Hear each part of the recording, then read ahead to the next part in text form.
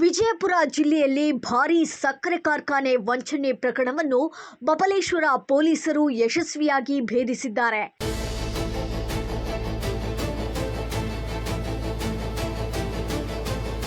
ಸುಮಾರು 6 ವರ್ಷಗಳ ಕಾಲ ನಕಲಿ ರೈತರ ಹೆಸರಿನಲ್ಲಿ ಕಬ್ಬಿನ ಬೋಗಸ್ ಬಿಲ್ಲುಗಳನ್ನು ಸೃಷ್ಟಿಸಿ ಕೋಟ್ಯಾಂತರ ರೂಪಾಯಿ ದುರುಪಯೋಗ ಮಾಡಿಕೊಂಡಿದ್ದ 8 ಆರೋಪಿಗಳನ್ನು ಬಂಧಿಸುವಲ್ಲಿ ಪೊಲೀಸರು ಯಶಸ್ವಿಯಾಗಿದ್ದಾರೆ.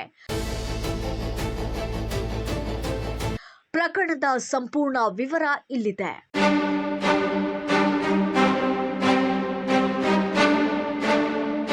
ವಿಜಯಪುರ ಜಿಲ್ಲೆಯ ಬಬಲೇಶ್ವರ ಪೊಲೀಸ್ ಠಾಣೆಯಲ್ಲಿ ದಾಖಲಾಗಿದ್ದ ಬಹುಕೋಟಿ ಕಬ್ಬು ವಂಚನೆ ಪ್ರಕರಣವನ್ನು ಪೊಲೀಸರು ಅತ್ಯಂತ ಕಡಿಮೆ ಅವಧಿಯಲ್ಲಿ ಭೇದಿಸಿದ್ದಾರೆ. ನಂದಿ ಸಕ್ಕರೆ ಕಾರ್ಖಾನೆಯ ಪ್ರಧಾನ ವ್ಯವಸ್ಥಾಪಕರು ನೀಡಿದ ದೂರಿನ ಮೇರೆಗೆ 2026ರ ಫೆಬ್ರವರಿ 12ರಂದು ಪ್ರಕರಣ ದಾಖಲಾಗಿತ್ತು. ಪೊಲೀಸರ ತನಿಖೆಯಲ್ಲಿ 2020, 21ರಿಂದ 2025, 26ರ ಅವಧಿಯಲ್ಲಿ 8 ಆರೋಪಿಗಳು ವಿವಿಧ ರೈತರ ಹೆಸರನ್ನು ದುರುಪಯೋಗಪಡಿಸಿಕೊಂಡು ಒಟ್ಟು 34,490.699 ಮೆಟ್ರಿಕ್ ಟನ್ ಕಬ್ಬಿಗೆ ನಕಲಿ ತೂಕದ ದಾಖಲೆಗಳು ಹಾಗೂ ಬೋಗಸ್ ಬಿಲ್ಲುಗಳನ್ನು ಸೃಷ್ಟಿಸಿರುವುದು ಬೆಳಕಿಗೆ ಬಂದಿದೆ. ಈ ಮೂಲಕ ಸುಮಾರು 12,33,22,793 ರೂಪಾಯಿ ಹಣವನ್ನು ವಿವಿಧ ಬ್ಯಾಂಕ್ ಖಾತೆಗಳಿಗೆ ವರ್ಗಾಯಿಸಿ ಬಳಿಕ ಅದನ್ನು ಪಡೆದು ದುರುಪಯೋಗ ಮಾಡಿಕೊಂಡಿರುವ ಆರೋಪ ಕೇಳಿಬಂದಿದೆ. ಪ್ರಕರಣವನ್ನು ಗಂಭೀರವಾಗಿ ಪರಿಗಣಿಸಿದ ಬಬಲೇಶ್ವರ ಪೊಲೀಸ್ ತಂಡ ವಿಶೇಷ ತನಿಖೆ ನಡೆಸಿ ಎಲ್ಲ 8 ಆರೋಪಿಗಳನ್ನು ಬಂಧಿಸಿದೆ. ಬಂಧಿತರಿಂದ 11,32,07,569 ರೂಪಾಯಿ ಮೊತ್ತವನ್ನು ವಶಪಡಿಸಿಕೊಳ್ಳುವಲ್ಲಿ ಪೊಲೀಸರು ಯಶಸ್ವಿಯಾಗಿದ್ದಾರೆ. ಇದು ವಿಜಯಪುರ ಜಿಲ್ಲೆಯ ಇತ್ತೀಚಿನ ವರ್ಷಗಳಲ್ಲೇ ಅತಿ ದೊಡ್ಡ ಆರ್ಥಿಕ ವಂಚನೆ ಪ್ರಕರಣಗಳಲ್ಲಿ ಒಂದಾಗಿದೆ. ಈ ಯಶಸ್ವಿ ಕಾರ್ಯಾಚರಣೆ ಬಬಲೇಶ್ವರ ಪೊಲೀಸರ ತನಿಖಾ ಸಾಮರ್ಥ್ಯವನ್ನು ಮತ್ತೊಮ್ಮೆ ಸಾಬೀತುಪಡಿಸಿದ್ದು, ಪ್ರಕರಣಕ್ಕೆ ಸಂಬಂಧಿಸಿದಂತೆ ಇನ್ನಷ್ಟು ದಾಖಲೆಗಳ ಪರಿಶೀಲನೆ ಹಾಗೂ ಮುಂದಿನ ಕಾನೂನು ಕ್ರಮಗಳು ಮುಂದುವರೆದಿವೆ. ಫೆಬ್ರವರಿ 2026ರಂದು ಬಬಲೇಶ್ವರ ಪೊಲೀಸ್ ಠಾಣಾ ವ್ಯಾಪ್ತಿಯಲ್ಲಿ ನಂದಿ ಸಹಕಾರಿ ಶುಗರ್ ಫ್ಯಾಕ್ಟರಿ ವ್ಯವಸ್ಥಾಪಕರು ಒಂದು ಕಂಪ್ಲೇಂಟನ್ನು ಕೊಟ್ಟಿರ್ತಾರೆ. 2025-26ನ ಕಬ್ಬು ನುರಿಸುವ ಹಂಗಾಮಿನಲ್ಲಿ ಸುಮಾರು 17,000 ಮೆಟ್ರಿಕ್ ಟನ್ನಷ್ಟು ಅಂದರೆ ಕಬ್ಬದ ಬಿಲ್లుಗಳನ್ನು ಕ್ರಿಯೇಟ್ ಮಾಡಿಬಿಟ್ಟು ಸುಮಾರು 1,87,00,000 ಕೂಡ ದುಡ್ಡನ್ನು ಬೇರೆ ಬೇರೆ ಬ್ಯಾಂಕ್ ಅಕೌಂಟ್ಗಳಿಗೆ ಟ್ರಾನ್ಸ್ಫರ್ ಮಾಡಿಬಿಟ್ಟು ಅದನ್ನು ಫ್ಯಾಕ್ಟ್ರಿಗೆ ನಷ್ಟ ಮಾಡಿದ್ದಾರೆ ಅಂತಂದೇಳಿ ಒಂದು ಚೀಟಿಂಗ್ ಆ್ಯಂಡ್ ಫ್ರಾಡ್ ಕೇಸು ನಮ್ಮ ಬಬಲೇಶ್ವರ ಪೊಲೀಸ್ ಠಾಣೆ ವ್ಯಾಪ್ತಿಯಲ್ಲಿ ಪ್ರಕರಣ ದಾಖಲಾಗಿರುತ್ತೆ. ಈ ಪ್ರಕರಣ ಪತ್ತೆಗೋಸ್ಕರ ನಮ್ಮ CPI ರಮೇಶ್ ಅವಜಿ ಮತ್ತು PSI ಬಸನಗೌಡ ಅವರ ನೇತೃತ್ವದಲ್ಲಿ ಒಂದು ತನಿಖಾ ತಂಡವನ್ನು ರಚನೆ ಮಾಡಿರುತ್ತೆ.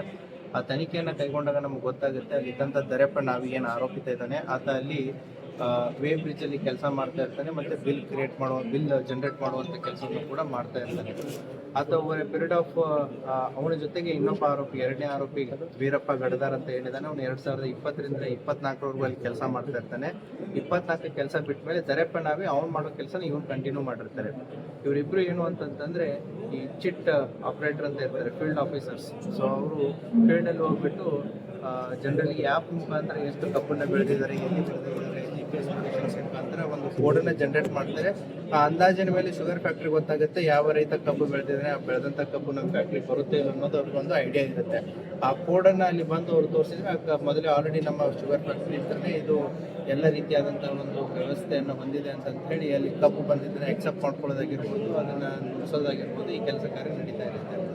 ಫೀಲ್ಡಲ್ಲಿ ಕೆಲಸ ಮಾಡೋರು ಮತ್ತು ಈ ಬಿಲ್ ಆಪ್ರೇಟರು ಮತ್ತು ವೇ ಬ್ರಿಡ್ಜಲ್ಲಿ ಇದ್ದವರು ಸೇರಿಬಿಟ್ಟು ಸುಮಾರು ಓವರ್ ಎ ಪೀರಿಯಡ್ ಆಫ್ 2020-26 ಅಲ್ಲಿ ಈಗ ನಾವು ಪ್ರಕರಣದಲ್ಲಿರುವಂಥ 8 ಪ್ರಮುಖ ಆರೋಪಿಗಳು ಏನಿದ್ದಾರೆ ಅವರು ಕೊಟ್ಟಿರುವಂತಹ ಸುಮಾರು 93 ಜನರ ಹೆಸರಲ್ಲಿ ಅಕೌಂಟ್ಗಳಿಗೆ ಸುಮಾರು 34,000ಕ್ಕಿಂತಲೂ ಹೆಚ್ಚು ಮೆಟ್ರಿಕ್ ಟನ್ ಕಬ್ಬು ಬೆಳೆದೇ ಇಲ್ಲ ಫ್ಯಾಕ್ಟ್ರಿಗೆ ಬಂದಿದೆ ಅಂತ ಹೇಳಿ ಸುಮಾರು 12,34,00,000 ವರ್ತ್ ದುಡ್ಡನ್ನು ಈ 93 ಅಕೌಂಟ್ಗಳಿಗೆ ಸುಮಾರು 6 ವರ್ಷಗಳ ಕಾಲಾವಧಿಯಲ್ಲಿ ಟ್ರಾನ್ಸ್ಫರ್ ಮಾಡಿಬಿಟ್ಟು ಫ್ಯಾಕ್ಟ್ರಿಗೆ ಲಾಸ್ ಮಾಡಿರ್ತಾರೆ.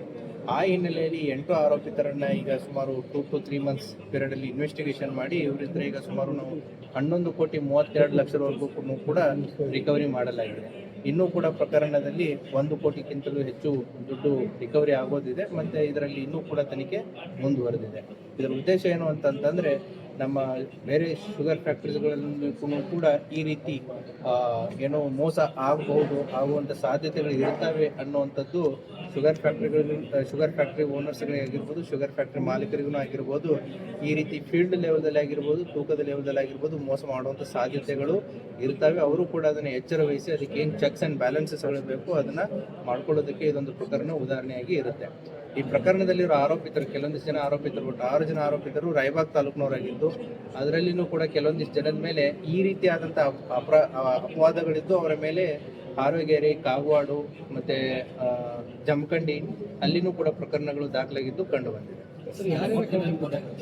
93 ಜನ ಅಂದರೆ ಇವ್ರೇನು 8 ಜನ ಇದ್ದಾರೆ, 8 ಜನದ ಕೆಳಗಡೆ ಕೆಲವೊಂದು ಜನ 26 ಜನದ ಹೆಸರುಗಳನ್ನ ಕೊಟ್ಟು ಅವರ ಕಬ್ಬು ಬೆಳೆಗಾರರು ಅಂತಂತೇಳಿ ಅವ್ರ ಹೆಸರಲ್ಲಿ ಕೋಡ್ ಆಗಿರ್ಬೋದು, ಅಕೌಂಟ್ ಆಗಿರ್ಬೋದು ಎಲ್ಲವನ್ನ ಕ್ರಿಯೇಟ್ ಮಾಡಿಬಿಟ್ಟು ಅವ್ರ ಹೆಸರಲ್ಲಿ ಫೇಕ್ ಬಿಲ್ಗಳನ್ನು ಕಬ್ಬು ಬೆಳೆದೇನೆ ಇಲ್ಲ, ಕಬ್ಬು ಬಂದಿದೆ ಅಂತಂತೇಳಿ ಫೇಕ್ ಬಿಲ್ಗಳನ್ನ ಜನರೇಟ್ ಮಾಡಿ ಅವರ ಅಕೌಂಟ್ಗಳಿಗೆ ದುಡ್ಡನ್ನು ಟ್ರಾನ್ಸ್ಫರ್ ಮಾಡಿರ್ತಾರೆ.